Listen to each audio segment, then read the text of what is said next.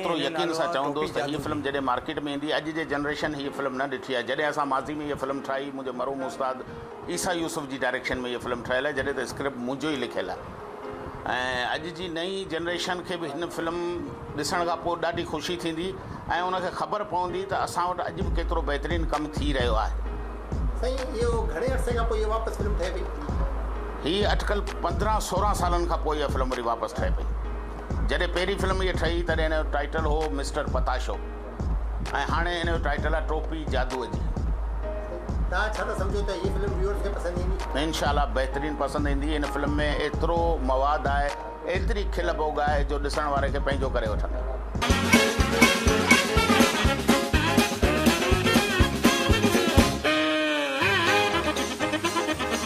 हिकिड़े शर्त ते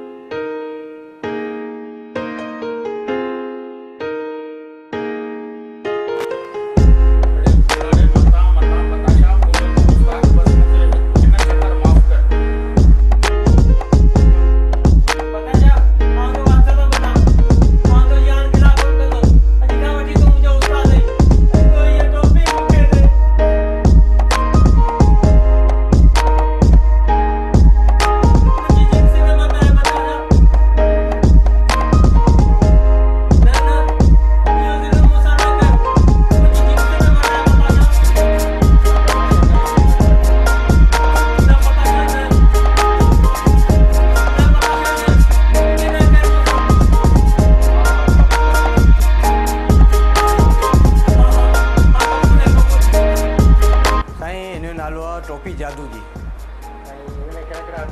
हिन में जेको आहे पहिरीं त असां त सिजाल जो सुठो एक्टर आहे, फर्स्ट क्लास पुराणो एक्टर आहे, अकबर संगेजो साहब। हुन खां अलावा वाजिद जोखियो जेको हींअर नओं उभरंदड़ चहिरो आहे, ऐं फ़हीम मंगणहार, ऐं हुन खां अलावा जेको मेन जेको हिन में आहे साईं ज़ुल्फ़ी शाह बसर बादशाह, ऐं छोकिरी जेका आहे फ़हमीदा सहर। हीअ इंशाल्लाह ईद ते फिल्म रिलीज़ आहे। महिनत करियूं पिया, सुठी महिनत करियूं पिया, ऐं माशाल्लाह जेकी फिल्म में स्टोरी तमामु सुठी बहितरीनु स्टोरी आहे। ऐं अञा बि महिनत करियूं पिया, कोशिशि करियूं पिया हिन खां वधीक अञा बि हिन में जेके बि आहिनि हिन में फिल्म में छा जो हिकिड़ी ॻाल्हि इहा जो वैरायटी आहे। वैरायटी ईअं आहे जो ग़म बि आहे, ख़ुशी बि आहे, जादू बि आहे, ऐं ज़्यादातर त कॉमेडी आहे। हर माण्हुनि खे पसंदि ईंदी, माशाल्लाह सुठी स्टोरी आहे।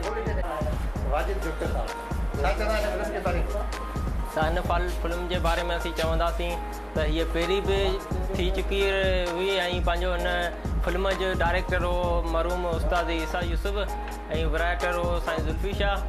हिन फिल्म जो नालो हो पताशाह, ऐं हिन जो मेन किरदारु जेको अदा कयो अदा उस नारेजे साहब, जेको हींअर आउं किरदारु अदा करे रहियो आहियां।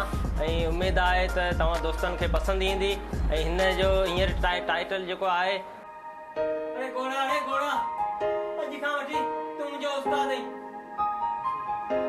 घोड़ाड़े मता मता पताशा, वो धिको तो ॾींदे, घोड़ाड़े मता मता पताशा, मुंहिंजो तूं उस्ताद बस मूंखे हिकु चक्कर माफ़ कर।